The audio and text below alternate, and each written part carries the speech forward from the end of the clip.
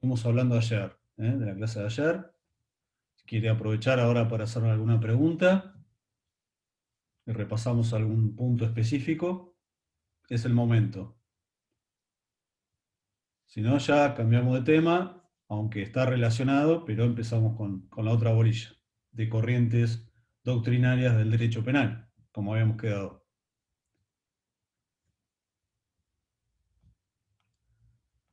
Bueno,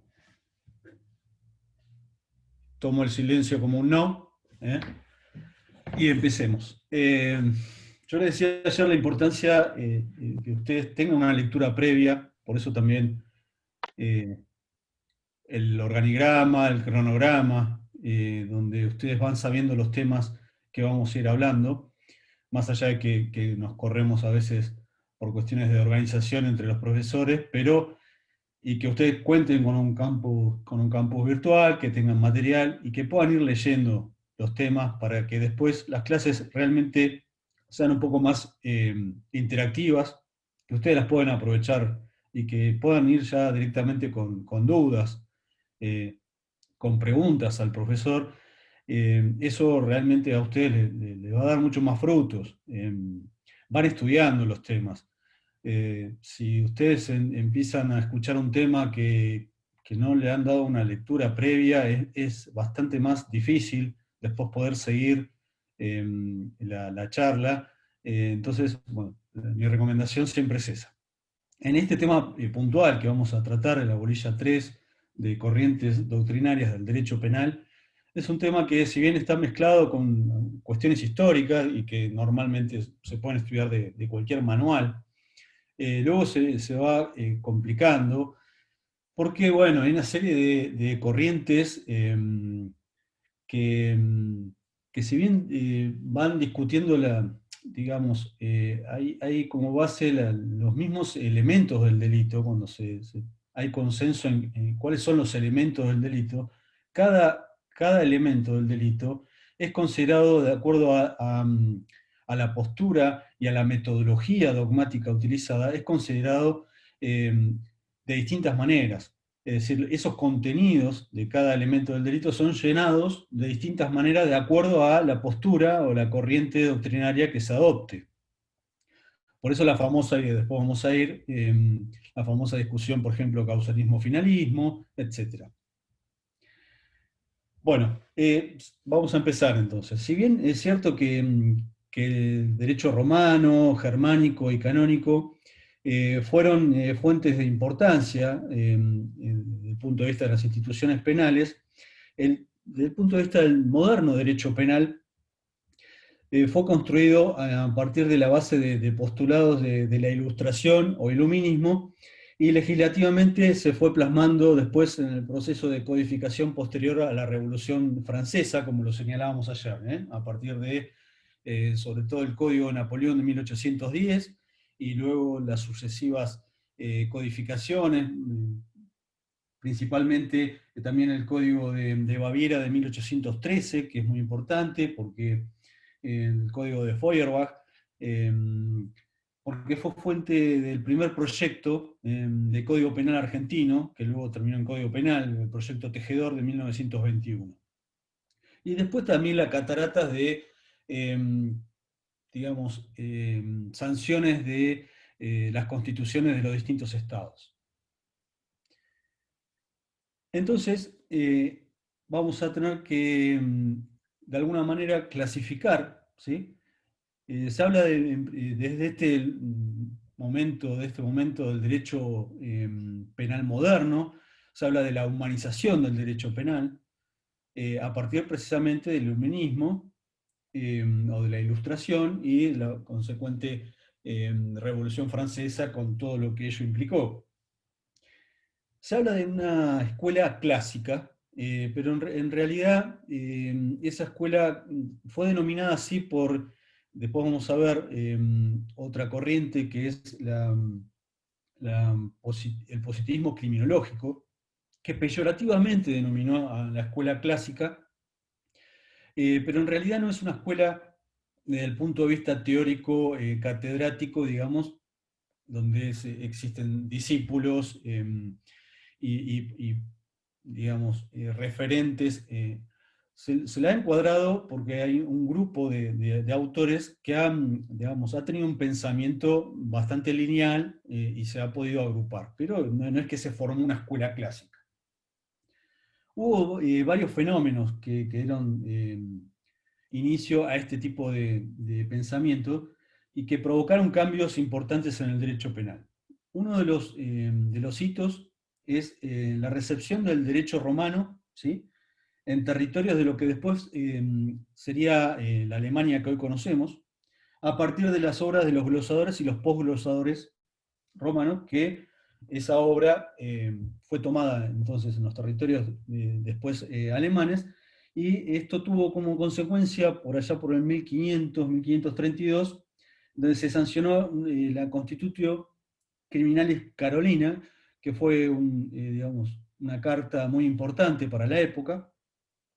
Y otro movimiento a tener en cuenta es el que ya venimos haciendo referencia, por supuesto, desde ayer, con el tema que tocamos, con el principio de legalidad, las ideas de Beccaria, del Marqués de Beccaria, que es el movimiento filosófico del iluminismo, que culmina políticamente, como ya dijimos, con la Revolución Francesa en 1789 y con la Declaración de los Derechos del Hombre y del Ciudadano.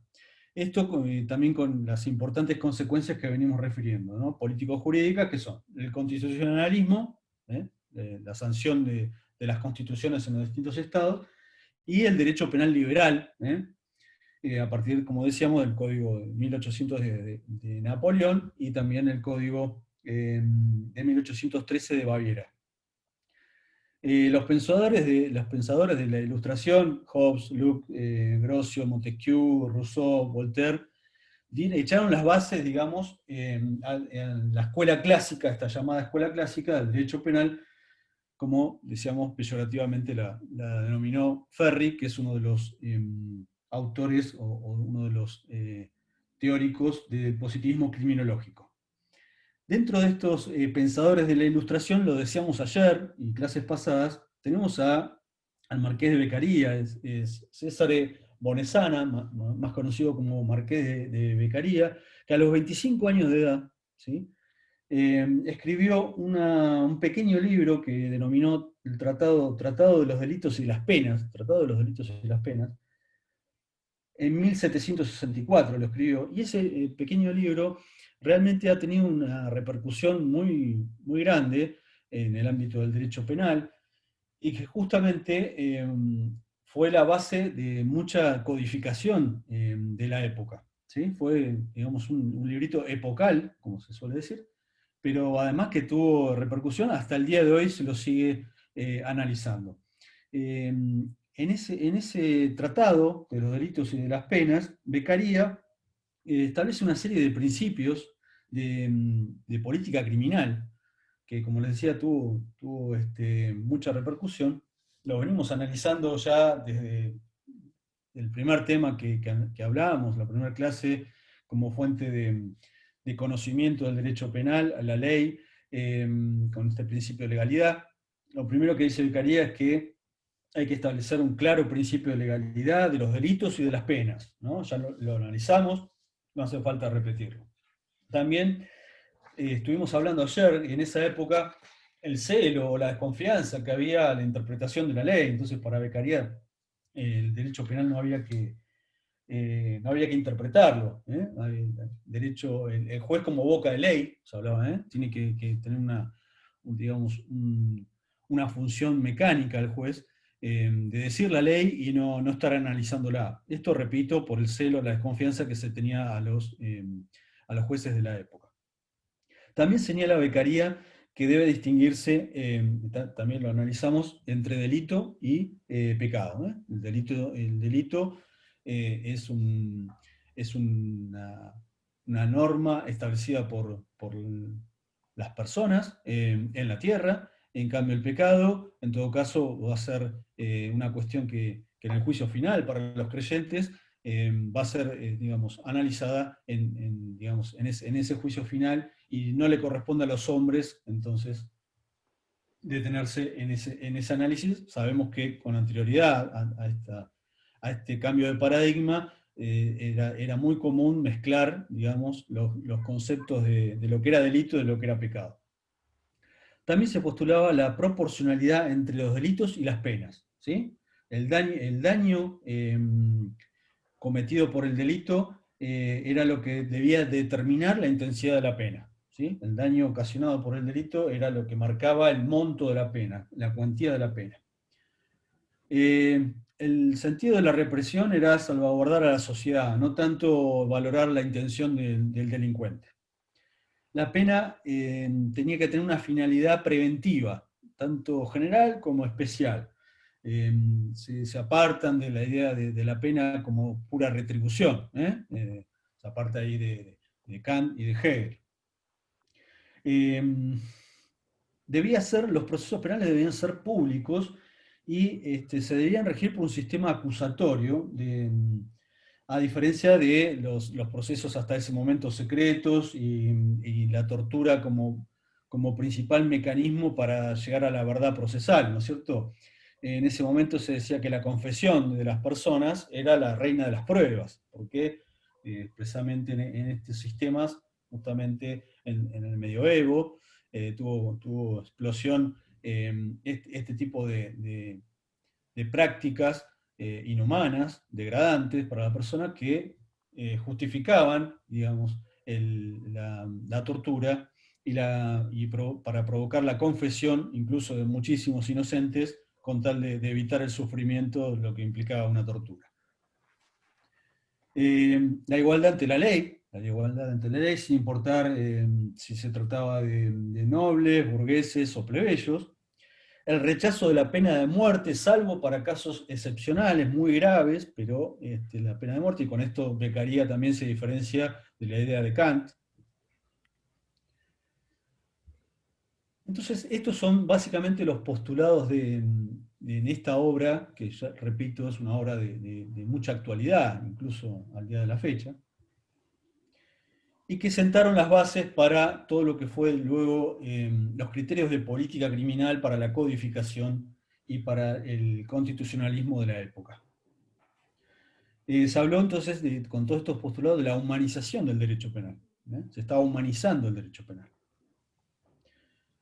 Otros precursores, por ejemplo, de esta corriente, fue un inglés llamado John Howard, que escribió un libro que se llamó State of Prison, en donde postulaba toda la reforma carcelaria, ¿no es cierto? Y entonces hacía hincapié en que debía haber, en las cárceles debía existir higiene y alimentación. Fue un estudioso de las cárceles de la época, con una pena privativa de la libertad, que era la principal pena de ese momento.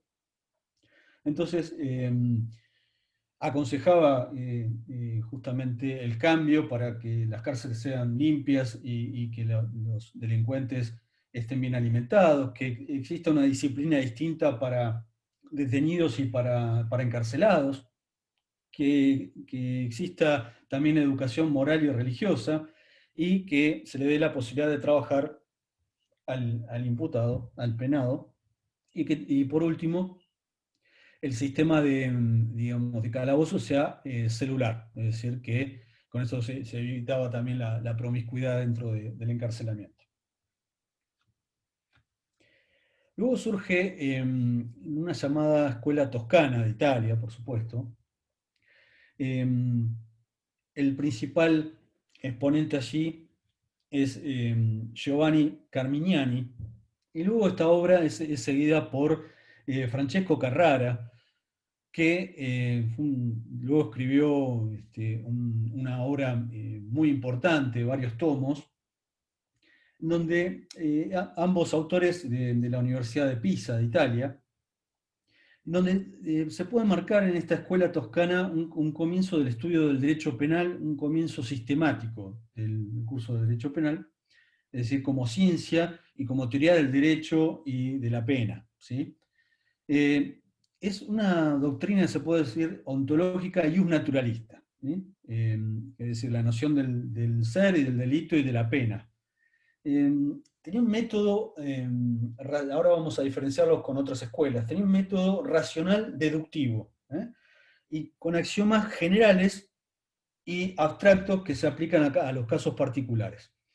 Es decir, que se basaban se apartaban del contractualismo, del iluminismo, porque se basaban en cuestiones metajurídicas, es decir, naturalistas, es decir, principios morales y éticos preexistentes a todo un ordenamiento positivo. Es decir, la presencia del derecho natural deja de lado entonces el contrato social del iluminismo.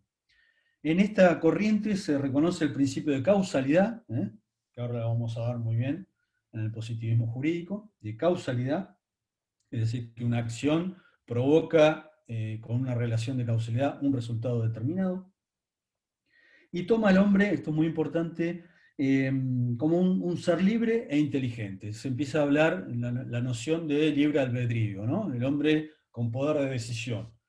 No por oposición a determinismo, ¿no? Al hombre determinado, que fatalmente ya está determinado a un comportamiento en su vida. Esta corriente toma al hombre como un ser libre y que puede tomar decisiones, y por ende esas decisiones lo hacen responsable por los daños ocasionados. Esto es, a partir de la comisión de un delito y provocar un resultado determinado, se lo puede hacer responsable.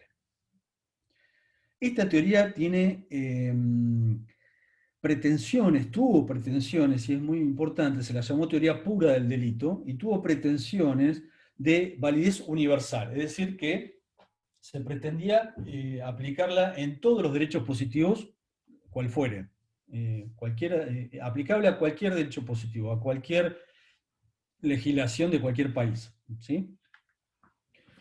Bueno, luego surge lo que se denominó el positivismo criminológico. Estamos hablando, nos ubicamos en la segunda mitad del siglo XIX, y allí el gran desarrollo de las ciencias naturales en esa época también repercute en el derecho penal. Es decir, en ese momento estaban en boga, en pleno desarrollo, las ciencias naturales, con su método de estudio experimental, inductivo, método inductivo experimental, es decir, a partir de la experiencia de los sucesos naturales, ¿sí? De esa experiencia, de la verificación de sucesos naturales, se puede inducir conocimiento, y entonces ese conocimiento es el que se aplica como método, digamos, de análisis.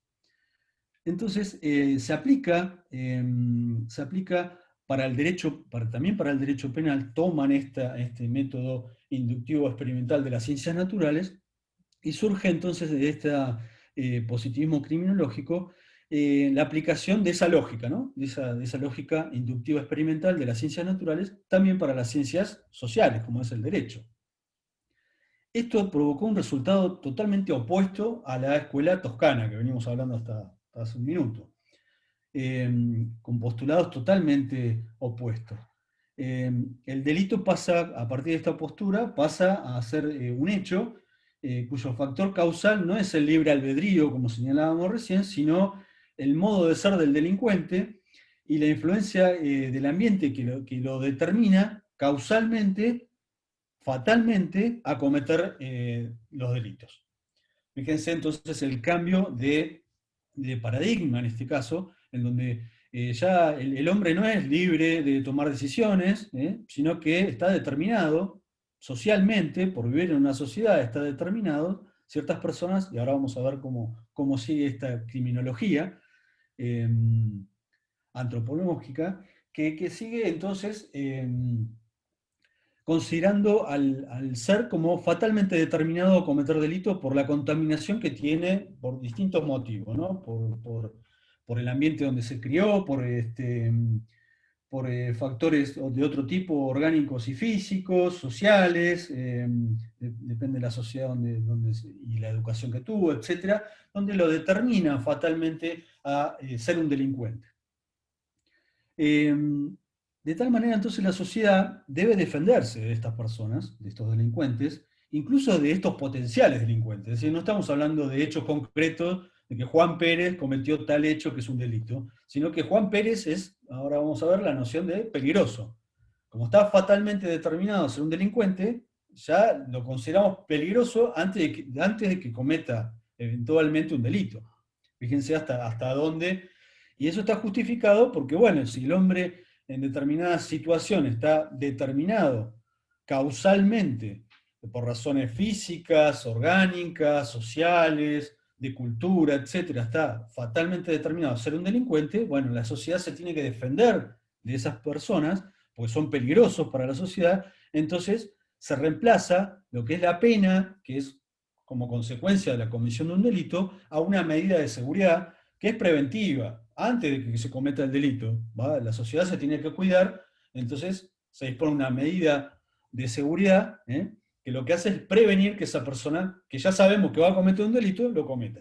Esa es la postura del positivismo criminológico. Y entonces también cae la proporcionalidad de las penas. Es decir, si antes decíamos, con los postulados de Beccaria, decíamos, bueno, ante mayor gravedad de la comisión del delito, mayor pena, esa proporcionalidad entre la gravedad del delito y la pena se borra, porque ahora la lógica es otra. Ahora la lógica es, hay que neutralizar al futuro delincuente, que ya sabemos que es delincuente, porque por todas esas razones que ahora vamos a profundizar. Entonces nace la idea de peligrosidad. Esta idea de peligrosidad es, hay que atajarse a lo que pueda llegar a ser este sujeto que ya sabemos que es delincuente, hay que neutralizarlo a través de una medida de seguridad. ¿Sí?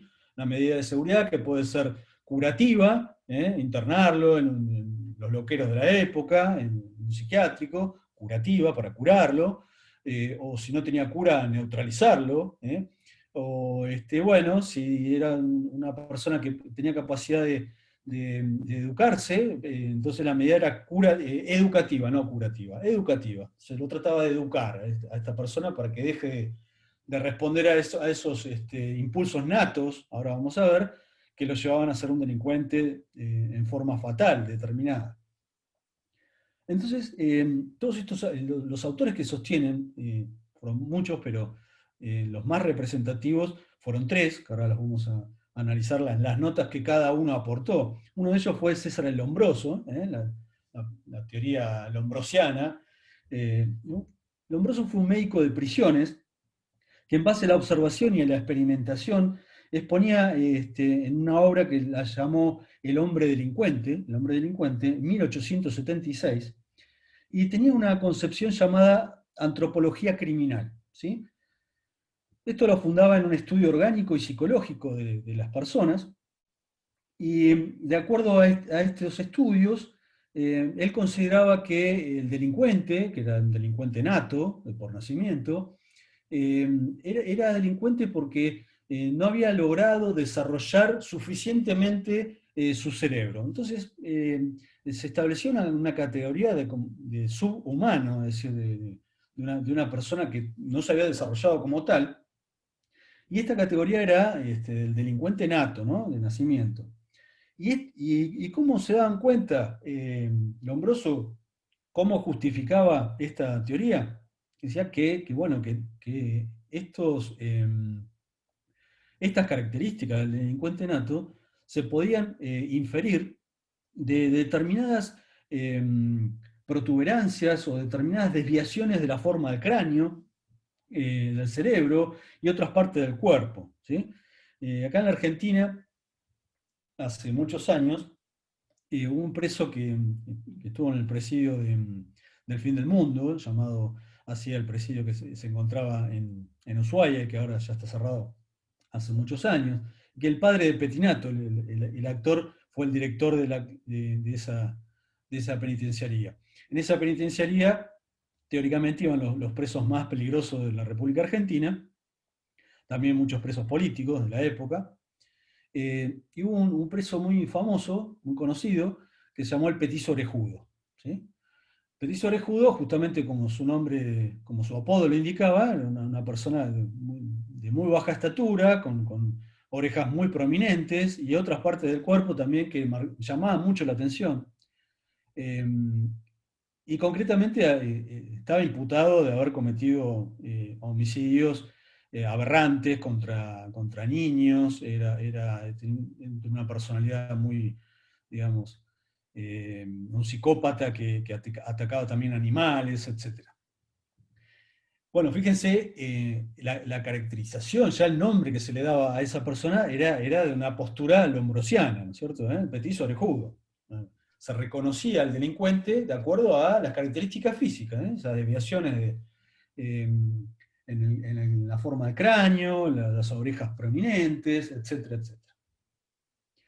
etcétera. Otro autor de esta criminología, el positivismo criminológico, perdón, otro autor fue Enrique Ferri, un sociólogo, en la sociología, trató la parte de la sociología criminal. Para él, las causas del delito tenían factores individuales, como podían ser los orgánicos y los psíquicos, también físicos y sociales, es decir, el ambiente, el lugar de donde se había educado. Todos estos factores determinaban al delincuente para cometer el delito, entonces clasificaba a los delincuentes de acuerdo a su nacimiento, como nato, delincuente nato, después lo clasificaba también como locos, como delincuentes habituales, como delincuentes ocasionales, y por último como delincuentes pasionales, ¿sí? Entonces esa era la clasificación que hacía Ferri.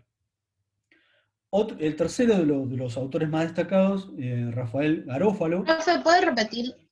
Sí, de Ferri. Buenas tardes, profe. Sí, cómo no. Sí, las características del delincuente.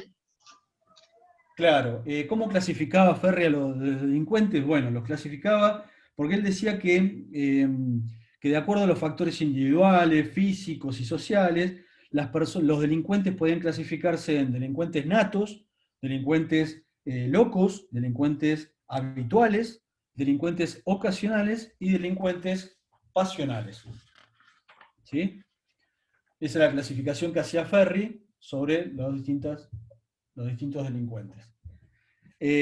Rafael Garófalo, que es el tercer exponente más notorio de, de este peligrosismo criminológico, aportó el concepto justamente de peligrosidad del delincuente, y este concepto de peligrosidad se derivaba de un pronóstico del futuro delincuente, que lo que decíamos al principio, había que neutralizarlo, aun cuando todavía no se había cometido ningún delito. Es decir, una persona ya con las características de delincuente, de ese delincuente nato, hay que neutralizarlo porque es peligroso para la sociedad, aun cuando todavía no cometió ningún delito. Entonces, justamente lo que estudiaron en la primera parte, esta digamos, corriente se da de bruces, se choca con lo que estudiamos en la primera parte, que decíamos que el derecho liberal, como el argentino, postula un derecho penal de acto, no un derecho penal de autor. ¿Sí? El derecho penal de acto justamente lo que exige es que exista una exteriorización de la conducta, los pensamientos no son punibles, la forma de pensar no son punibles, el estilo de vida no es punible, la forma de vestirse no es punible, sí tenemos un derecho penal de acto, es decir, si el comportamiento humano encuadra en un tipo penal, en un delito, bueno, esa persona habrá cometido X delito, pero no por el hecho de estar mal alineado, tener mala educación, pensar de determinada manera, etc., la persona va a ser un delincuente. Bueno, esta postura era totalmente contraria, era un derecho penal de autor, ¿no? Decíamos, bueno, la persona catalogada como delincuente, el delincuente nato, ya es delincuente, no esperemos que cometa un delito, es peligroso, entonces vamos a imponerle una medida de seguridad, curativa o educativa. Entonces se instauró un estado de peligro sin delito, fíjense.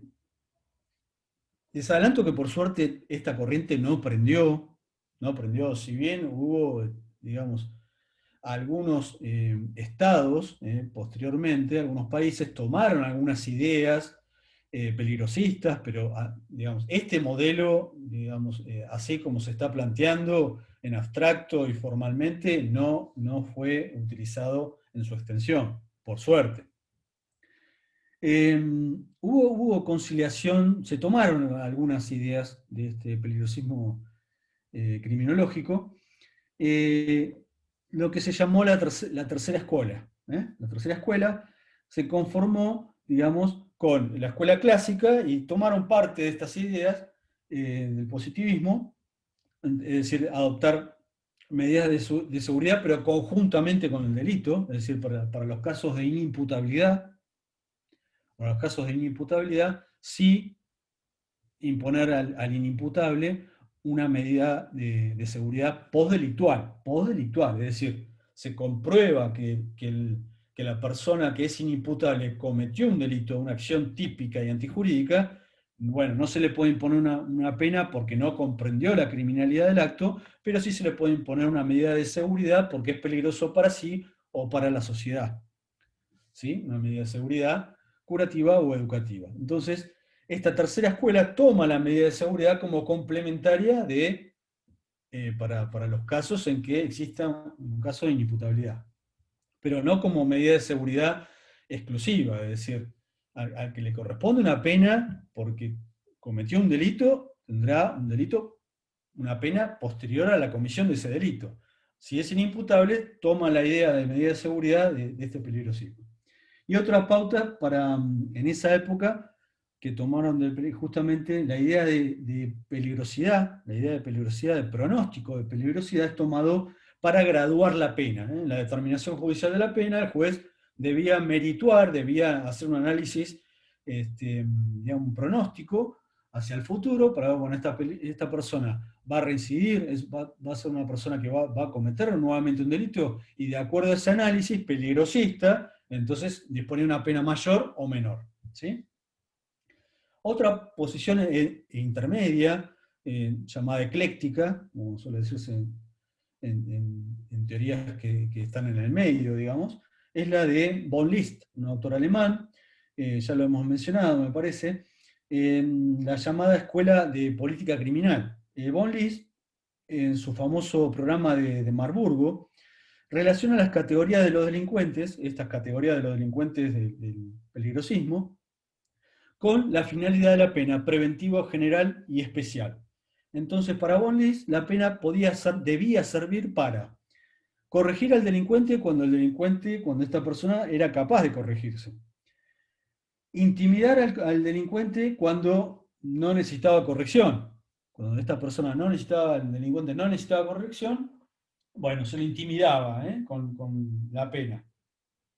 Y por último, cuando el delincuente no tenía capacidad de corrección, en un caso perdido, había que inocuizarlo al delincuente. Inocuizarlo es directamente, es un término absoluto, que lo que significa es, había que sacarlo de la sociedad, inocuizarlo, es decir, neutralizarlo totalmente, ¿no?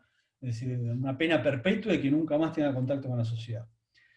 Por supuesto, muchos autores posteriormente, esto lo señala muy bien Zaffaroni y Alagia Sloker, a von List, lo que ahora lo vamos a seguir analizando, se lo consideró un liberal, tal vez para lo que era la época un liberal, pero realmente tenían unas ideas peligrosistas, y precisamente tal vez se interpretó que era un liberal porque proponía mezclar un poco, relacionar las categorías de delincuentes con la pena, ¿no? Con la pena desde un punto de vista preventivo.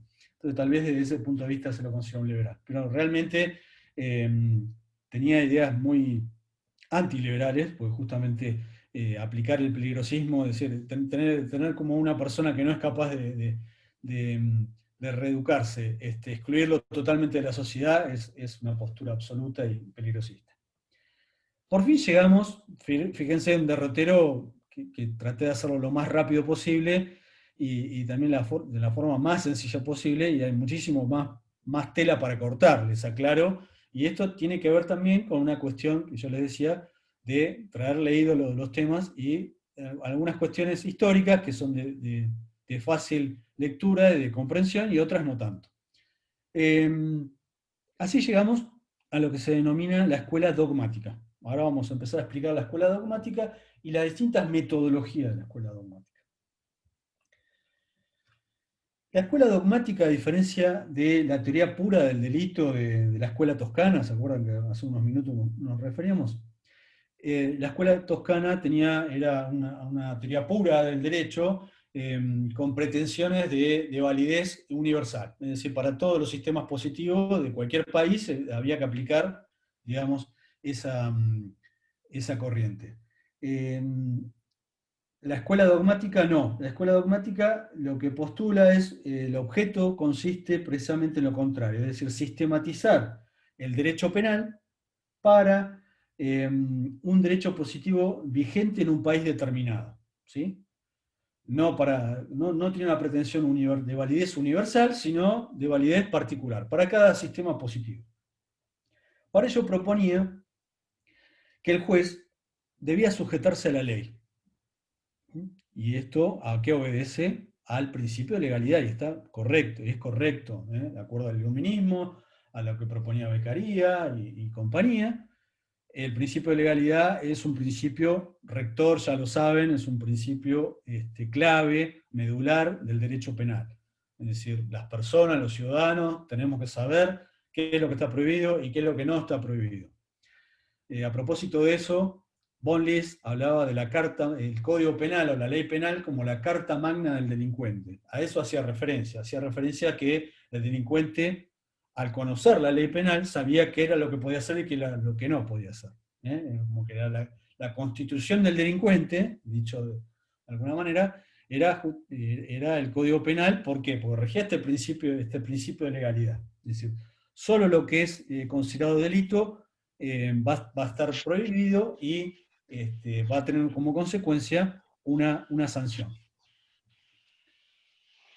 Entonces, a través de este análisis, interpretando, teniendo en cuenta entonces esta idea básica, que el juez debe sujetarse a lo que dice la ley, a la ley de cada país donde ejerce, hay que hacer interpretaciones científicas a través de conceptos, y no pura casuística.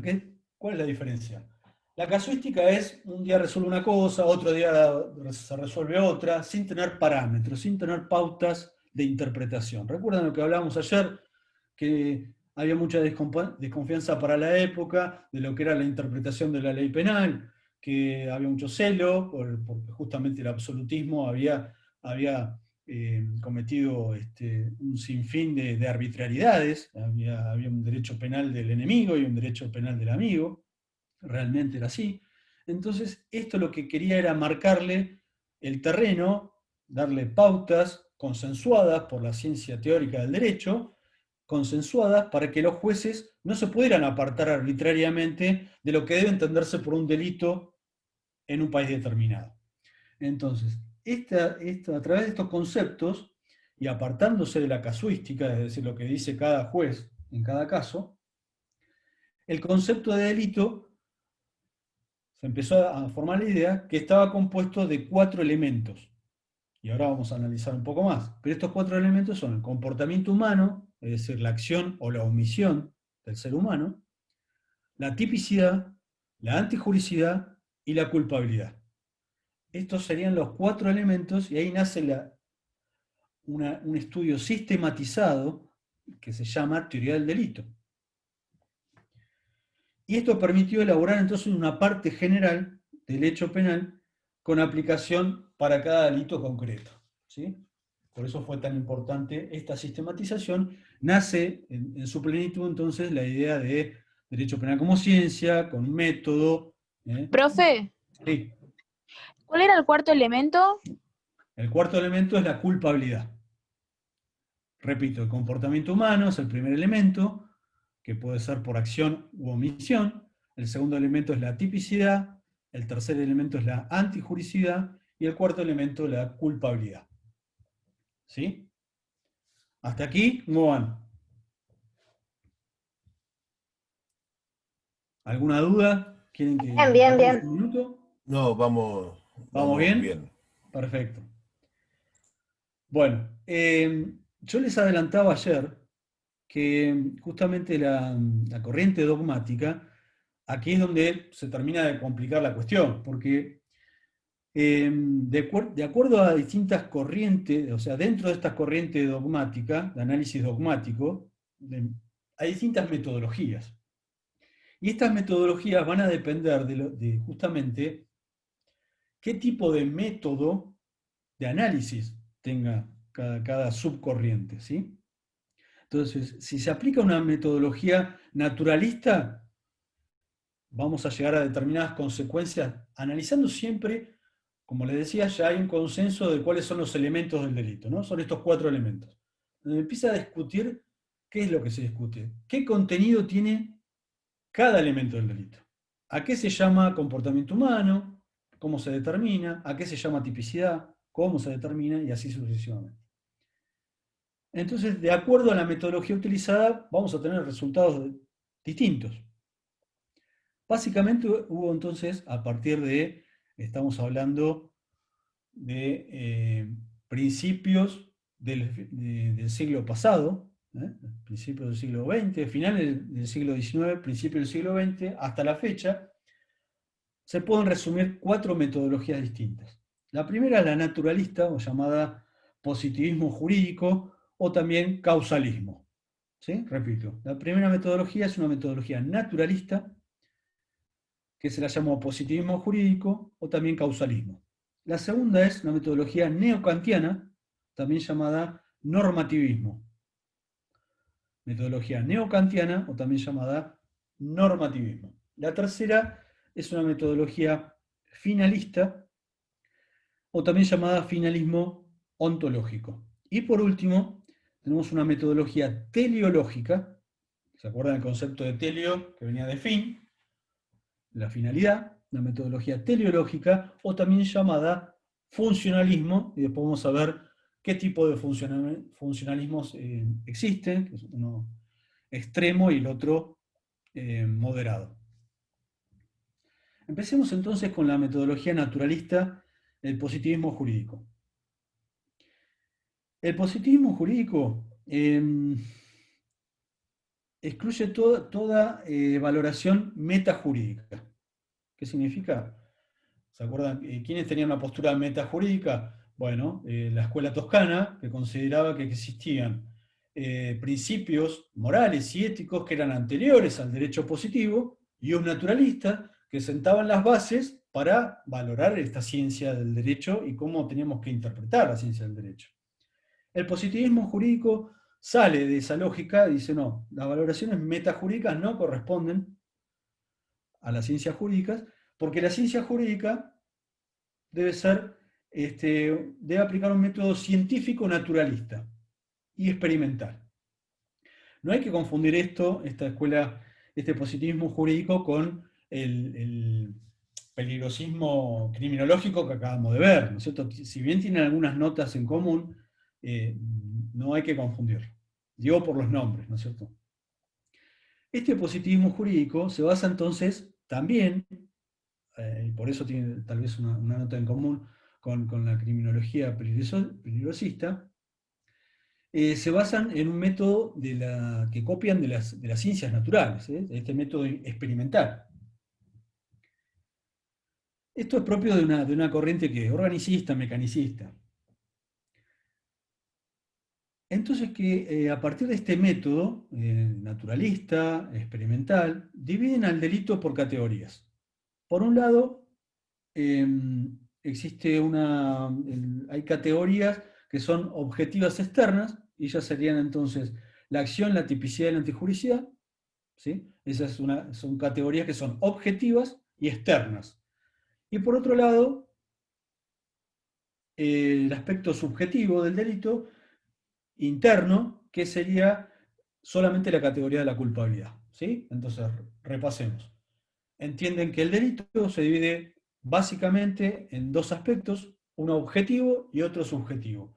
Las categorías que conforman el aspecto objetivo del delito serían la acción, la tipicidad y la antijuricidad, mientras que el aspecto, y que eso sería externo a la conducta, mientras que el aspecto objetivo sería la categoría de la culpabilidad, que ahora vamos a ver que tiene 2 formas, de dolo y de culpa, una más grave que la otra, y que sería entonces el aspecto subjetivo del delito y que es de la faz interna.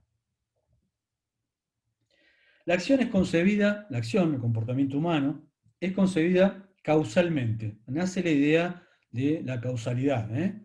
La acción provoca un resultado, y vamos a ver que esa relación, a través de una causa, y esa relación que se llama relación de causalidad, de causa a efecto, que es el resultado, se la llama relación de causalidad. Esta acción es concebida, repito, causalmente como un movimiento corporal voluntario.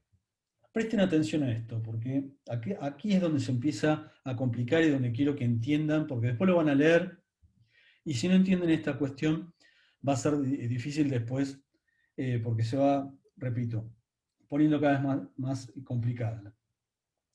Para el causalismo, estamos analizando, repito, metodología naturalista, del positivismo jurídico, también conocida como causalismo. La acción, este primer elemento del delito, que es la piedra angular del delito, digamos, el sustantivo del delito, es el elemento más importante, el comportamiento humano, es concebido una noción causal, ¿sí? Un comportamiento humano. ¿Y qué significa esto? Que la acción consiste en un movimiento corporal voluntario, es decir, esa persona realiza un movimiento corporal, corpóreo, un movimiento físico voluntario. Y que este movimiento físico voluntario causa un cambio en el mundo exterior, provocando un resultado. Estos dos extremos eran unidos entonces por una relación de causalidad, a partir de una causa, o un nexo de causalidad. Y se aplicaba en ese momento la teoría de la equivalencia de las condiciones. Esto lo van a estudiar después cuando empecemos a estudiar digamos, los elementos del delito en particular. Después va a haber una bolilla completa dedicada a la acción, otra a la tipicidad, otra a la antijuricidad y otra a la culpabilidad. No se preocupen, pero ustedes necesitan tener ahora un pantallazo de todas estas categorías desde el punto de vista de cómo ha ido evolucionando históricamente a partir de estas corrientes dogmáticas y sus distintas metodologías. Y créanme que si ustedes no entienden qué era lo que se estaba discutiendo, cuál es la discusión de este contenido de cada categoría, difícilmente van a poder interpretar, digamos, la teoría del delito. Entonces, esta visión causalista entiende al comportamiento humano desde un punto de vista objetivo, exterior, y analiza el comportamiento humano como un movimiento corporal o físico voluntario. Incluso se habla de, para graficar que este comportamiento físico voluntario era exterior y era objetivo, es decir, no se está hablando de la intencionalidad del sujeto, de la subjetividad de esta persona. No, se está describiendo, no valorando, describiendo objetivamente que una persona realizó un movimiento corporal en forma voluntaria. Entonces se habla de la idea de inervación muscular. Esta es una idea, fíjense, médica, desde el punto de vista naturalístico, físico, en donde cuando una persona, como lo estoy haciendo yo en este momento, está hablando, realiza inervaciones musculares para provocar el sonido. O también ante un reflejo, porque me tiran algo en la cara, cierro los ojos, hay una inervación muscular. A eso se quiere hacer referencia. ¿Para qué? Para despejar la cuestión subjetiva del análisis del comportamiento. El comportamiento es puramente descriptivo y objetivo. Es solamente como si fuera una foto o una filmación sin sonido y sin estar preguntándome qué quiso hacer el sujeto cuando corrió una mesa o cuando disparó un arma de fuego. Eso no lo analizo, si quiso o no quiso disparar, si se le escapó el tiro, etc. No, eso es una cuestión que se va a analizar después en la segunda parte del delito, que va a ser la culpabilidad, como forma de la culpabilidad, como dolo o culpa. Seguimos entonces en la conducta. Para el causalismo la conducta es pura movimiento físico objetivo, es una descripción de la conducta, no es analizar el aspecto subjetivo de la conducta. Y aquí es donde después va a venir los serios problemas, porque ya les adelanto que esto no se refleja en la realidad. ¿Qué significa? Que no se puede separar arbitrariamente conceptos que en la realidad son de determinada manera. Ahora vamos a hacer mucho hincapié en esto, y esto es un análisis ontológico, que, como decíamos, de una postura realista aristotélica, considera que y esto después lo va a señalar el finalismo, Belzel, ahora después lo vamos a estudiar, justamente la crítica que le hace al causalismo, es que existen distintos órdenes, y uno de ellos es el orden físico, la naturaleza de las cosas, y que justamente la voluntad de los seres humanos tienen una finalidad, tienen un fin. Es decir, ustedes ahora me están escuchando a mí porque quieren aprender la materia, rendir un examen, aprobar la materia, seguir adelante con la carrera, el día de mañana recibirse de abogados. Es decir, que no están acá respirando y viendo una pantalla y moviéndose como puros movimientos, sino que la conducta de ustedes tiene una finalidad. Ustedes tienen un plan, lo que se llama un plan, que es cursar la materia, etc. No son meros movimientos corporales. La realidad entonces de la voluntad humana es eso, no es solamente un movimiento corporal, sino una finalidad. Pero el causalismo no, la finalidad la corre, la lleva arbitrariamente a analizar después, al final, de lo que es la teoría del delito, en la categoría de la culpabilidad. ¿Sí? Porque divide, repito, el aspecto objetivo del subjetivo y las categorías de la conducta humana, de la tipicidad, de la antijuricidad, son puramente objetivas. Lo subjetivo va a venir solamente con la categoría de la culpabilidad. Entonces, siempre en este esquema causalista, la voluntad era definido como enervación muscular y la cuestión subjetiva se analizaba, como decía, en la culpabilidad como una relación psicológica entre el sujeto y el hecho cometido, y esa conducta típica y antijurídica. En este esquema, entonces, el tipo penal recibe la conducta, esa conducta objetiva, descriptiva, sin ningún tipo de finalidad, la recibe de esa manera, objetivamente, y recién empezamos a hablar de valoraciones en la categoría de la antijuricidad. Se valoraba que esa conducta que encuadraba en un tipo penal, ¿sí? Acción y tipicidad, era valorada por el ordenamiento jurídico como contraria a ese ordenamiento jurídico, contraria a la norma. Y recién ahí teníamos la primera valoración. Con lo cual, teníamos que la categoría de la acción y la tipicidad eran objetivas y puramente descriptivas. La categoría de la antijuridicidad era objetiva, pero ya no era descriptiva, sino que era valorativa, porque valoraba que había una antinormatividad, digamos. Y recién en la culpabilidad se analizaba el aspecto subjetivo como una relación psicológica del sujeto con su hecho, con esa acción típica y antijurídica, que se le llamaba injusto penal o ilícito, y que así recibía la categoría de la culpabilidad como forma de dolo, porque había intención de cometer ese injusto, o de culpa, porque no había intención y había una infracción al deber de cuidado, y entonces se actuaba culpablemente como una categoría de culpabilidad de menor gravedad. Esas eran las formas de la culpabilidad. Dolo, más grave, o culpa. Ese era el esquema, digamos, causalista. Hago un punto aquí y escucho alguna pregunta. Perdón, doctor, esta escuela, la situación del análisis objetivo de los dos primeros presupuestos, ¿es arrastre de las escuelas anteriores de quitarle poder a la subjetividad del rey, digamos, que en esa línea de que el juez solamente tenga que hacer el cumplimiento, no subjetivice el texto de la ley, sino solamente lo aplique? Está relacionado. En realidad es una consecuencia de aplicar un método natural experimental de la ciencia de la naturaleza,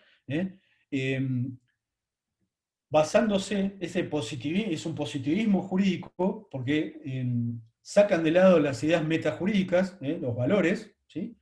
y relacionan, aplican el método de la naturaleza para darle una valoración jurídica determinada, pero digamos, con una arbitrariedad de conceptos, porque salen de lo que es el realismo, de lo que son las cosas, para acomodarla arbitrariamente, separando lo que es, vaciando de contenido la voluntad. Está relacionado a lo que vos decís, porque con esto lo que se quiso hacer es darle una herramienta al juez, o sea, más que darle, es obligarlo a utilizar, hacer una jurisprudencia de conceptos, darle conceptos bien precisos al juez, para que el juez no deba hacer subjetivismo, no deba valorar, aplicar un poco la ley, interpretarla como mecánicamente, ¿no? Es una idea de, esto se llamó jurisprudencia de conceptos porque no había que hacer muchas valoraciones. Simplemente la valoración era, bueno, la valoración es, hubo dañosidad social. ¿Por qué? Porque se afectó un bien jurídico, que se analizaba solamente en la antijuricidad. Ni siquiera en la culpabilidad había mucha valoración, ¿sí? Porque lo único que había que constatar era una relación psicológica del sujeto con su hecho. Y la otra relación era una relación causal que se daba ante un movimiento físico que provocaba un resultado que era la dañosidad social al bien jurídico protegido. Entonces, en esta mecánica de relación causal y relación psicológica, objetiva, subjetiva, puramente descriptiva y avalorativa, sin valoración, lo que quería era marcarse el rumbo al juez para que el juez no cometiera excesos. A esto se lo llamó jurisprudencia de conceptos. En ese sentido tenés razón, que está tratando de limitar y seguían con la preocupación de que el juez pudiera, digamos, tomar decisiones arbitrarias o puramente decisionistas, ¿no? Con pura decisión. Los representantes de esta escuela positiva más notorios, y por eso se llamó un sistema List-Belling. List, ya lo venimos estudiando, que trae la idea, List trae la idea de un autor civilista, llamado, también alemán, llamado Jering, que hizo una distinción de lo que es la antijuricidad, que en ese momento se mezclaba con la cuestión subjetiva. Entonces, Jering dijo, no, la antijuricidad hay que diferenciarla porque es objetiva. Entonces, él trae ese concepto de antijuricidad y Jering es von List es el primero que empieza con un análisis sistemático del delito porque separa lo que antiguamente el delito se consideraba una cuestión subjetiva. La culpabilidad como supracategoría, ¿sí? Solamente esto viene del derecho canónico y de la idea de, por eso a mayor gravedad del delito, mayor culpabilidad, mayor pena, porque se quería vincular subjetivamente a través de la culpa, de una visión que se confundía el delito con el pecado, y en esos primeros inicios el delito era considerado, por eso la intención del sujeto era importante, ¿no? Era muy importante. La mala intención del sujeto, delincuente como un delincuente malo. A partir de este análisis, dividiendo entonces lo objetivo de lo subjetivo, von List toma esta división y dice, no, hay una parte objetiva y otra subjetiva. Y a eso se le suma Belling, otro autor alemán, que en 1906 trae como idea la idea de no todas las acciones son antijurídicas, ¿sí? Para ser delito, además de antijurídicas, porque hay muchas acciones que son antijurídicas, pero no son delito. Por ejemplo, no sé, una violación de una norma de tránsito no es un delito. Pasar un semáforo en rojo no es un delito. Es una violación a una norma de tránsito. ¿Es antijurídica? Sí, es antijurídica, pero no es delito. Para ello había que crear una categoría de garantía que tiene que ver con el principio de legalidad, que es que la tipicidad. Solamente van a ser delito las conductas que, además de antijurídicas, estén previstas como tipo penales por el legislador penal. Entonces ya tenemos una acción que encuadra en un tipo penal y que además es antijurídica porque no está justificada por el ordenamiento jurídico. Y además, por último, es culpable. Este es el sistema causalista básicamente, ahora lo vamos a seguir analizando. Este sistema rigió en el sistema continental europeo, básicamente, y también, digamos, todo el siglo pasado, gran parte del siglo pasado se aplicó en la Argentina. Soler, Fontainebleau, Creus, entre otros, los positivistas clásicos de la Argentina, aplicaban, digamos, esta metodología, este positivismo jurídico causalista. Pero este sistema empezó a hacer agua porque no explicaba algunas cuestiones básicas. Como por ejemplo, uno de los primeros problemas que tuvo era que no podía explicar, primero un concepto que se aplicara también para la omisión. Es decir, este movimiento corporal, físico, voluntario de la persona, que provocaba un resultado determinado a través de una relación de causalidad, no explicaba los casos de omisión, lo que ayer hablábamos, que las normas prohibitivas están conformadas, perdón, los imperativos están conformados por normas prohibitivas y también por mandatos. Ese ejemplo que poníamos de la omisión de auxilio, por ejemplo. Bueno, ¿qué ocurría con este concepto de acción? No me explicaba las omisiones. Un autor alemán también, Radbruch, fue uno de los primeros que marcó esta diferencia, esta crítica. Otra cuestión también muy importante era que ya analizando los delitos, las acciones típicas, ya analizando las primeras categorías del delito, había delitos que no podían explicarse sin un contenido subjetivo. Por ejemplo, el delito de hurto, para que se cometa hurto, tiene que haber ánimo de lucro. Es decir, tiene que haber algo subjetivo que explique por qué una persona sustrae una cosa ajena, total o parcialmente ajena. Ejemplo, si yo voy a un bar y cuando salgo del bar, porque tengo unas copas de más, o por lo que sea, o porque me confundo, tomo un paraguas equivocado, me llevo un paraguas distinto al mío, en ese caso hay una sustracción de una cosa ajena, me estoy llevando el paraguas o el bastón, por ejemplo, de otra persona, que reconoce la propiedad en otra persona. Aparentemente sí, eso sería un hurto, pero no hay ánimo de lucro, es decir, no hay ánimo de desapoderar al dueño de esa cosa, porque en realidad la persona lo que hizo es confundirse. No hay ánimo, eso después lo vamos a estudiar, hay un error de tipo, se llama, porque la persona no tiene dolo, pero además no se da este elemento subjetivo que ya se debe exigir en el tipo, ¿se entiende?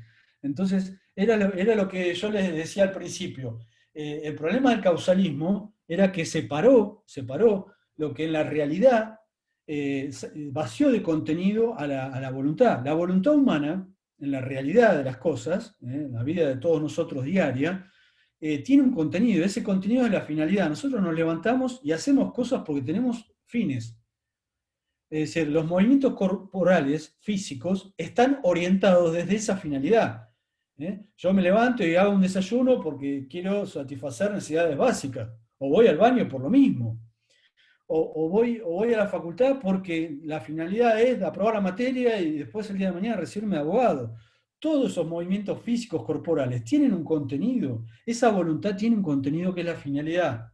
Dentro de ciertos parámetros, los seres humanos, desde los planes, fijamos un plan, y entonces ponemos un método para llegar a ese plan, para tratar de cumplirlo, y entonces realizamos distintas acciones, pero esas acciones tienen una finalidad, tienen un contenido, esa voluntad tiene un contenido, y entonces esa acción, ese movimiento corporal, está dirigido por esa finalidad desde un principio.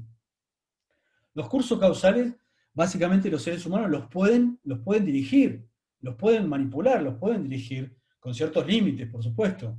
Un ser humano no puede dirigir una tormenta, eso es un hecho de la naturaleza. No puede hacer que un rayo caiga acá o allá. Pero sí un ser humano puede hacer muchísimas otras cosas que están dentro de sus alcances. Esas cosas las va a hacer porque realiza movimientos corporales, físicos, pero que tienen finalidades. Este es el problema que no quiso ver el causalismo, porque aplicó una ciencia natural y cambia la naturaleza de las cosas, por eso después vamos a ver lo que es el ontologismo, y no puedo explicar entonces que está vaciando de contenido, y esto es lo que le marca la crítica. ¿Quiénes son los que critican? Que por eso empieza el quiebre del causalismo, el neocantismo. El neocantismo o normativismo, justamente es una corriente que surge en Alemania, principalmente de una corriente sudoccidental de Alemania, que postulaba un cambio de paradigma en cuanto a que debían en las ciencias jurídicas establecerse una serie de valores o principios de la cultura, y que el objeto debía valorarse teniendo en cuenta justamente esos principios. Entonces, y esto se contrapone un poco con la idea del ontologismo que explicábamos, como las propiedades del ser, como respetar también la... Entonces empieza a proponer, con este cambio de postura filosófica, ¿sí? Justamente esto, a diferencia del realismo, constituye un idealismo, ¿no? Normativista, es decir, pone por delante, para que se entienda, la norma a la realidad, porque el interés justamente es respetar esos valores de cultura. Es una distinta metodología de análisis, ¿sí?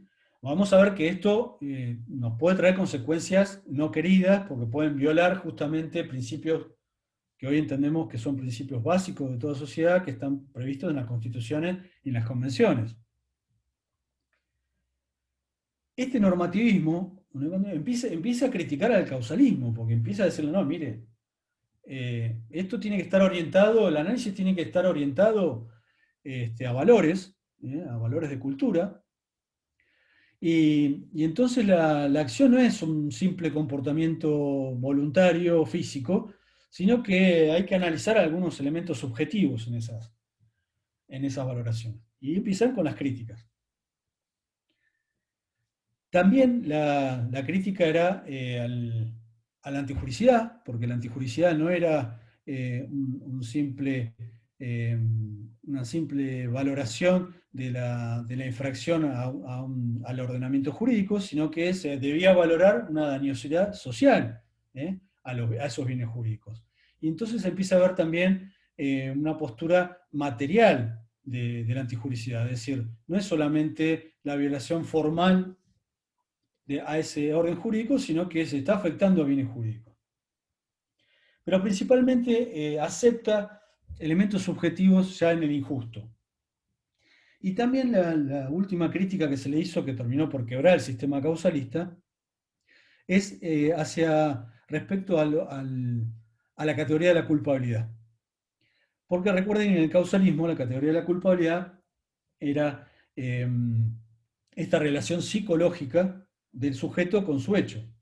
Sin embargo, existían y existen una clasificación dentro de lo que es los delitos culposos, que es la culpa con representación y la culpa sin representación. La culpa con representación es una culpa más grave, pues el sujeto se representa que, por ejemplo, va conduciendo su vehículo a gran velocidad y se representa que si se cruza otro vehículo o una persona no va a poder frenar y es muy probable que choque, que lastime, que lesione, y sin embargo sigue adelante, en forma descuidada sigue adelante. Esa es una culpa con representación. Pero existe otra culpa, que se llama sin representación, que también se le ha denominado delitos de olvido, precisamente porque la persona es tan descuidada que se olvida de ciertos deberes de cuidado que todos tenemos que tener en las actividades diarias.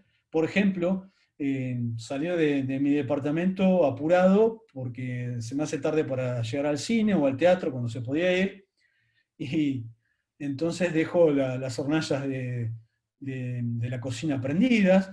Y bueno, mientras yo estoy mirando la película o viendo la obra de teatro, el departamento explota, mi departamento explota y lesiona, supongamos, a un vecino, ¿no? Le provoca lesiones a un vecino. Bueno, fíjense que ahí no hay representación, hay un deber de cuidado violado, la persona fue descuidada, pero por un olvido, es decir, no se representó un resultado, sin embargo también es un comportamiento culposo. Y fíjense que en esta segunda categoría, la culpa sin representación, esta teoría de la culpabilidad como relación psicológica, esta teoría causalista, no la puedo explicar, porque explíquenme ustedes, en los delitos del vidrio justamente no hay una representación del resultado, entonces no hay una relación psicológica. No puede haber una relación psicológica en en esta clase de delitos. Entonces el causalismo, la teoría psicológica de la culpabilidad del causalismo, en estos casos no me da una explicación satisfactoria. Esto terminó de realizar un quiebre entonces en el causalismo, y esto es tomado, repito, por el neocantismo para hacer una propuesta de, digamos, de innovación en el contenido de las distintas categorías. Las categorías se siguen manteniendo, es decir, acción, tipicidad, antijuricidad, culpabilidad, pero fíjense que van variando el contenido. Ya el neocantismo acepta entonces elementos subjetivos en el tipo, algunos elementos subjetivos en el tipo, postula una valoración, un sentido material de la antijuricidad, y también habla de la culpabilidad, que la teoría de la culpabilidad no puede ser psicológica, sino que debe ser normativa, es decir, valorativa. La categoría de la culpabilidad es un reproche. Es un reproche al sujeto por el injusto cometido, por no haberse motivado en la norma. Después vamos a ver qué otros elementos hay. En la imputabilidad, mejor dicho, la inimputabilidad era la capacidad de culpabilidad. En el causalismo era un presupuesto de la culpabilidad. En el neocantismo es un elemento de la culpabilidad. Luego, en la posguerra, me estoy refiriendo a la Segunda Guerra Mundial, nace una idea que viene un poco a patear definitivamente el tablero causalista, que se llamó finalismo ontológico. Finalismo ontológico aplica una metodología finalista, como les adelantaba. El padre del finalismo es Hans Belzel, un autor alemán, que postula, ya desde el vamos, como les decía, patea el tablero porque se contrapone directamente, no solo critica al neocantismo, pero principalmente critica al causalismo, desde el primer elemento del delito, que es la acción. Y Belzel lo que dice es la acción es final, no es causal. La acción es final. Poco por esta idea que yo les marcaba, y no se puede violar la realidad de las cosas. Por eso ontologismo, por eso Belzel trabaja desde un realismo aristotélico, totalmente diferente al neocantismo, que es idealista, que se basa en los valores. Belzel trabaja sobre unas estructuras lógico-reales. Belzel sostiene que existen distintos órdenes en la vida, y que está el orden de la naturaleza, está el orden de las ciencias sociales, entre la que se encuentra el causalismo, el derecho penal. Y estos órdenes entonces deben ser respetados por el derecho. Es decir, no se puede cambiar la naturaleza de las cosas. Si la voluntad, si analizamos particularmente la voluntad, tiene un contenido, ese contenido no se puede arbitrariamente dejarlo para un análisis posterior, cuando ya sabemos desde el vamos que las personas actúan, como les decía hace unos minutos, teniendo en cuenta las finalidades, es decir, mueven su físico, hacen movimientos corporales con una finalidad. La acción es final, no es causal. Y es más, se jacta Belzel diciendo que la acción final es vidente y no como la acción causal que es ciega. ¿Esto qué quiere decir? Que aquí nace la idea de plan, como yo les decía hace unos minutos. Nace la idea de plan, ¿por qué? Porque las acciones están orientadas finalmente desde ese plan, teniendo en cuenta el plan. Como el ejemplo que yo les ponía en la mañana. A la mañana yo me levanto y teniendo en cuenta el plan alimentarme, hago el desayuno, que son movimientos corporales, pero cuya finalidad es alimentarme. No hago el desayuno sin ningún tipo de explicación. La explicación es, hay una finalidad. y me alimento porque quiero vivir y quiero tener una vida, quiero estudiar, quiero trabajar, querer a mis seres queridos, poder estar con ellos, etc. Ese es el plan de vida de cada uno. Todos los movimientos corporales, voluntarios, es decir, esa voluntad, tiene un contenido, y ese contenido no es la cáscara, porque a ver si lo entienden de esta manera. El causalismo lo que hace, analiza la parte exterior de la conducta, como si fuera la cáscara de la conducta. El contenido de esa conducta es la finalidad. Las acciones humanas tienen un contenido, que es la voluntad. ¿Qué hizo el causalismo? No, vamos a considerar que la acción típica es una acción objetiva, puramente objetiva, y vamos a analizar recién lo subjetivo en otra categoría al final, que es la culpabilidad. Belzel dice, no, las acciones, los comportamientos humanos son finales desde el vamos, desde la acción típica. El tipo penal ya recibe esa acción con finalidad. No podemos escindir, no podemos separar arbitrariamente, porque esto va en contra de esas estructuras lógicas reales. Va en contra de la ontología, de las propiedades del ser de las cosas. Las cosas tienen propiedades y que no se las puede cambiar, porque se está, digamos, violando la realidad de las cosas. Y esto es un poco la crítica que se hace al neocantismo también, que pretende, a través de conceptos jurídicos, en algunos casos, deformar la realidad. Llamar para poner un ejemplo burdo, llamar a un caballo, o como decíamos, bueno, todos estamos de acuerdo que un árbol es una planta, no podemos decir que el árbol pertenece a la categoría animal. No, es una planta. Entonces, esas categorías del ser, que deben ser respetadas por las ciencias jurídicas, el derecho penal debe respetar esas categorías, la voluntad tiene un contenido y hay que respetarla. Y así hay que considerar entonces cómo se entiende el contenido de una acción, un comportamiento humano. Es un comportamiento final. Teniendo en cuenta entonces este análisis, ¿esto qué provoca básicamente? Y esto es fundamental. El causalismo tenía una idea del tipo penal como un tipo unimembre, es decir, era puramente objetivo y descriptivo. El tipo penal es objetivo para el causalismo. ¿Qué hace la idea, el finalismo? ¿Qué rompe? Bueno, rompe, ¿por qué? Porque ese dolo y culpa como forma de culpabilidad las baja a la tipicidad. Es decir, el aspecto subjetivo de la conducta ya no la analiza en la culpabilidad, sino que la trae al inicio, al comportamiento típico. Entonces, ¿eso que va a generar? Que el tipo que era puramente objetivo en el causalismo se divida en dos y tenga un aspecto objetivo y el finalismo que le suma el aspecto subjetivo. Entonces va a haber tipos objetivos dolosos y tipos objetivos culposos. Porque ese segundo aspecto subjetivo va a pertenecer o al dolo o la culpa. Repito, sistemáticamente, este se llama un cambio sistemático, que fue muy importante, actualmente es importante, porque se solucionan cuestiones prácticas, como por ejemplo dónde ubicar el error de tipo y separarlo del error de previsión, que ya van a estudiar qué significa. Esto de equivocarme de paraguas se soluciona con un error de tipo que hace que la conducta sea atípica. Antes se consideraba el error en el derecho penal como un error total, de hecho y de derecho, que era una clasificación muy confusa.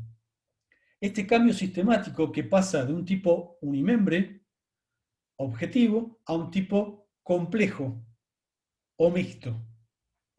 Repito, el gran cambio sistemático que provoca el finalismo es que sistemáticamente las formas de culpa, lo subjetivo que antes se analizaban como dolo o culpa como forma de la culpabilidad, pasan a analizarse en la tipicidad, conformando un tipo complejo o mixto que se divide en dos partes.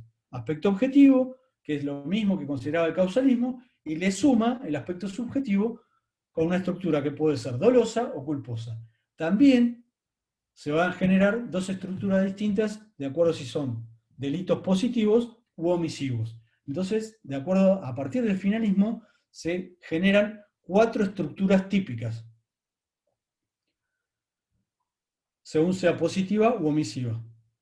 Va a haber un tipo activo doloso y un tipo activo culposo, y va a haber un tipo omisivo doloso y un tipo omisivo, culposo. 4 estructuras típicas. ¿Sí? Esto, además de un cambio sistemático muy importante, también genera un disvalor de acción, y se habla de un tipo, digamos, una concepción del injusto que se llama una concepción personal del injusto. ¿Y por qué? Porque ya se valora no solo un disvalor de resultados, sino también un disvalor de acción, y que eso se analiza en la tipicidad. Después va a haber un disvalor, digamos, de la culpabilidad, que se analiza en la culpabilidad, pero ya como un juicio de reproche. La culpabilidad, desde una teoría normativista, va a ser considerada como un reproche, en donde se separa entonces la idea subjetiva y principalmente el contenido de la culpabilidad va a ser primero determinar si la persona es imputable o no, como un elemento de la culpabilidad, determinar si se puede exigir la conducta a la persona, determinar si tuvo conocimiento de la antijuricidad, ¿sí? Y entonces va a haber causales de exculpación, como la no exigibilidad de una conducta, o como el error de provisión, que después lo vamos a estudiar. Hay una vertiente, solamente se las menciono, que es, no sé cómo estamos de tiempo, medio complicado, que es subjetivista del finalismo, que la sostuvieron en Alemania Kaufmann, Zielinski y Struensee, y en la Argentina la siguen Sansinetti, que consideran, es subjetivista porque consideran que digamos, lo único importante a considerar en la tipicidad es el elemento subjetivo, el dolo o la culpa. El resultado, que es el aspecto objetivo, es un mero componente de azar, es decir, es casualidad que se dé el resultado o no. En la tentativa de homicidio, la persona dispara y si le erra el disparo, si pasa cerca de la cabeza, tuvo intención de matar, y eso es lo que cuenta. Bueno, es sostenido con varios argumentos, no es la mayoría de la doctrina lo que sostiene esto. Bien, posteriormente hay muchísimo más para hablar. Esto, repito, es un pantallazo para que ustedes vean la problemática de las distintas metodologías dogmáticas. Luego surge lo que se llama método funcional, funcionalismo. Rápidamente les voy a hacer mención a algunas notas del funcionalismo. El extremo de Jacobs y el moderado de Roxy, ambos autores alemanes. El extremo de Jacobs, desde el normativismo, hace una renovación justamente a partir de un análisis kantiano, neokantiano, pero de un normativismo, digamos, extremo. ¿Por qué? Porque sale del concepto de bien jurídico, sale del concepto de acción causalista, y lo que interesa como función del derecho penal es restablecer en el plano del conocimiento la vigencia perturbada de la norma. Lo que se busca en este sistema es equilibrar digamos, el funcionamiento de la normativa, ¿sí? Si la norma es violada, eso significa que la sociedad debe, a partir de una idea de la función de la pena como prevención general positiva, hay que mostrarle al ciudadano que si viola la norma va a recibir una sanción jurídica para estabilizar el sistema y equilibrar el sistema. Entonces se reemplaza la noción de afectación de bien jurídico y se lo reemplaza por una noción de violación de normas, ¿sí? Directamente. La acción la considera como un comportamiento evitable del ciudadano. El ciudadano puede evitar los comportamientos lesivos, es decir, de violación de las normas, lo puede evitar de acuerdo a un sistema de roles, de cada ciudadano, un concepto de rol, y de la posición de garantía que ese ciudadano tiene por tener ese rol. Entonces, por ejemplo, el absurdo es que un mozo, que es además bioquímico, si está llevando a la mesa una fruta que está envenenada, y él como bioquímico se da cuenta que está envenenada, pero no va a ser, digamos, responsable penalmente porque él está en el rol de mozo en ese momento y no es garante de la situación de no servirle al ciudadano una comida envenenada, pese a que él tiene el conocimiento por su categoría de bioquímico, supongamos, de que esa comida está envenenada. Entonces, para llevar un poco al absurdo de qué se entiende por la división en roles y de la posición de garantía, ¿no es cierto? O que un médico que, como no está de guardia, igual hay una urgencia y como no está en posición de garante, no tiene el rol de garantía de ese bien jurídico, entonces no va a ser responsable penalmente. La culpabilidad es entendida como una infidelidad a la norma, es decir, es infiel, el ciudadano es culpable porque fue infiel a la norma.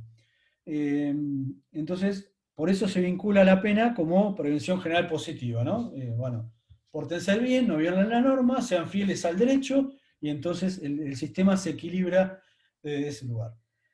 Esto llevó a Jacobs incluso a postular un sistema penal para el ciudadano y un sistema penal para el enemigo, es decir, el delincuente un poco en el límite con esta idea peligrosista criminológica que vimos de Lombroso, Ferri y Garófalo, ¿no? Un poco la idea de él, bueno, hay ciudadanos de segunda que son peligrosos y si violan la norma, bueno, tiene que haber un derecho penal para ellos. Por supuesto, hay muchísimo más para hablar de este normativismo extremo de Jacobs. Es un pantallazo, los remito a lo que vayan viendo también en el análisis. Por ejemplo, el doctor Caparelli es un especialista en estas cuestiones y cuando explique seguramente lo que le toque explicar de imputación objetiva o de distintos temas de la tipicidad, la categoría de la tipicidad, seguramente le va a explicar mejor cuáles son las ideas de Jacobs del derecho penal. Y por último, un pantallazo también a las nociones de política criminal que en un funcionalismo moderado trajo Roxin. Klaus Roxin, otro autor alemán, que postula desde un neocantismo también, pero incorpora una función de política criminal a la idea de derecho penal. Básicamente él es muy innovador en dos categorías.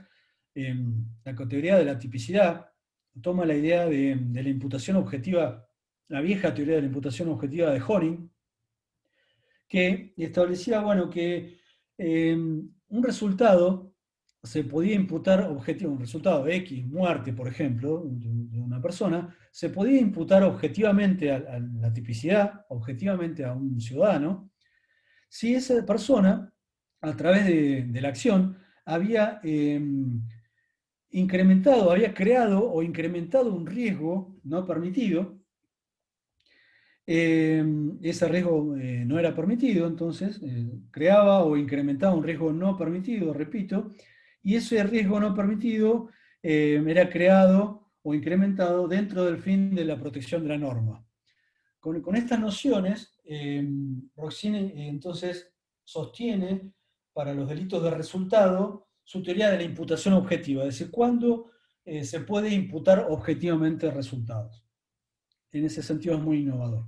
Y otra cuestión que ya de lleno, que incorpora la política criminal, y que es muy importante porque trae, es una suerte de misión garantista del derecho penal, es que mezcla ideas de política criminal que hace al fundamento de la pena con la responsabilidad penal.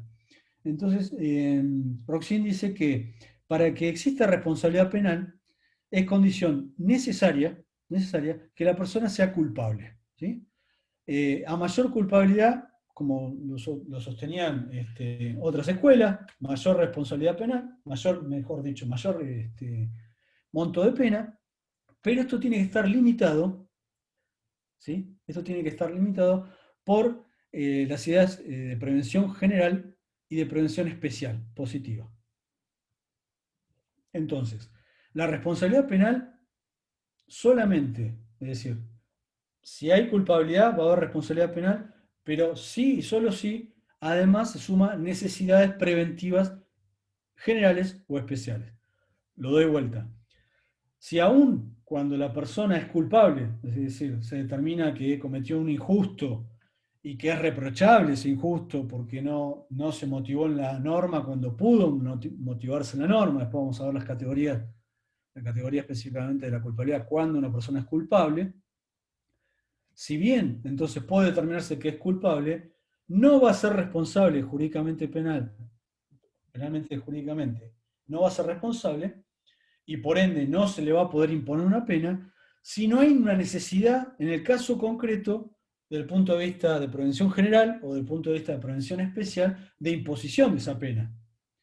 Y a su vez, esa idea de política criminal que viene de la finalidad de la pena va a limitar la respuesta jurídica, es decir, cuanto menos necesidad preventiva haya, menor pena hay que imponerle a la persona, aun cuando el grado de culpabilidad haya sido alto. Es decir, que la culpabilidad y la idea de la finalidad de la pena juegan gradualmente, se autolimitan, son categorías que se autolimitan para determinar la responsabilidad penal, por un lado, si va a haber responsabilidad penal o no, y además, si va a haber responsabilidad penal, qué monto de pena concreto, cuál va a ser la determinación judicial de la pena concreta que va a establecer el juez.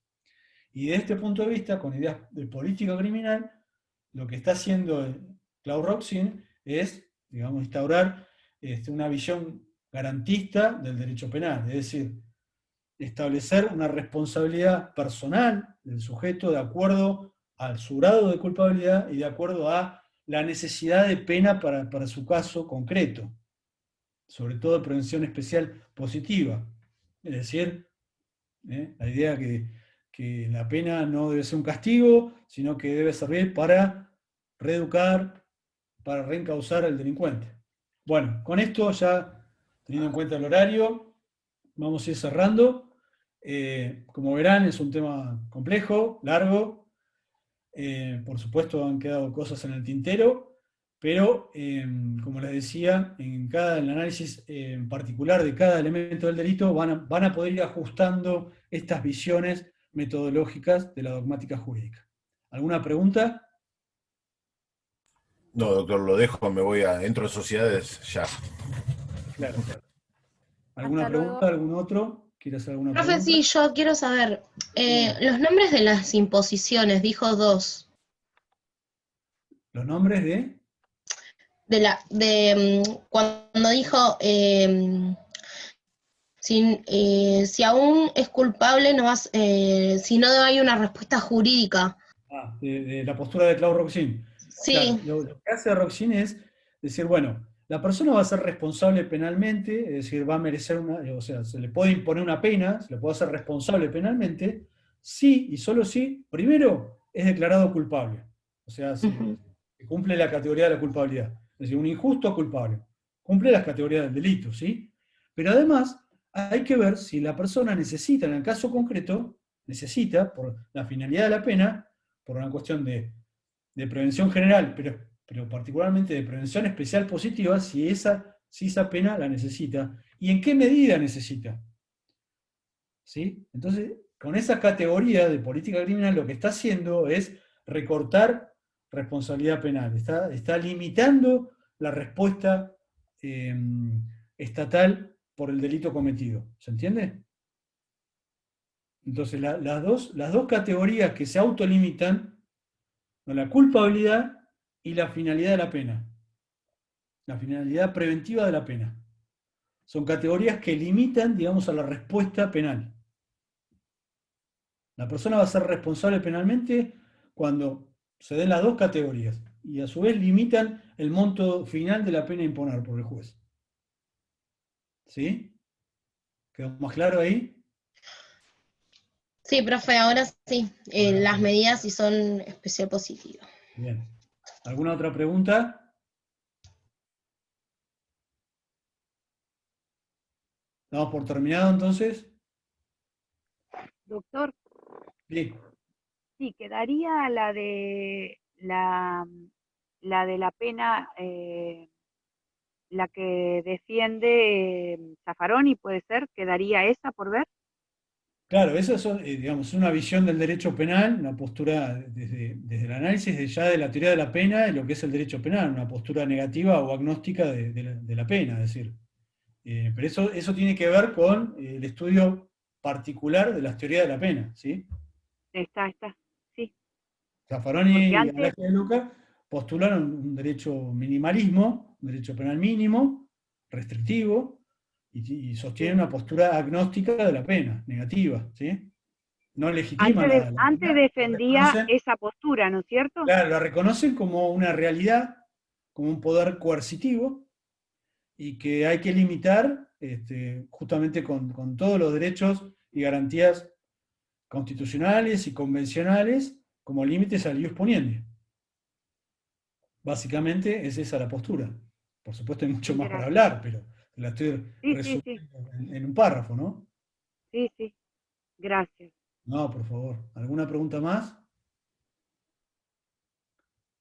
El resto se puede ir yendo, no hay problema.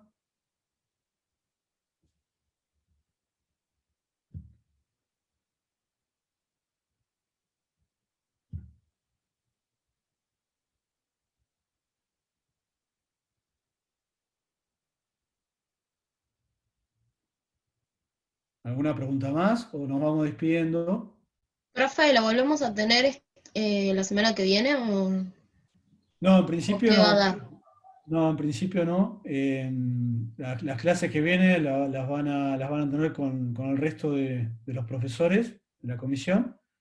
Después, por supuesto, para la segunda parte sí.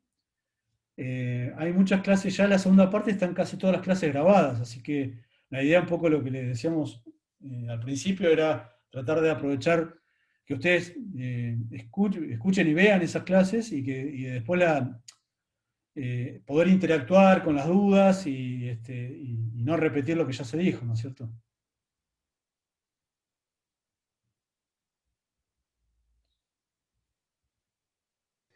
Bueno, profe, gracias. No, de nada. ¿Alguien más quiere alguna inquietud más?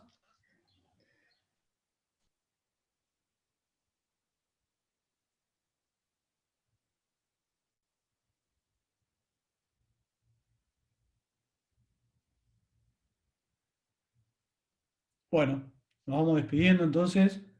Hasta luego, suerte. Hasta luego, muchas gracias. De nada, hasta luego.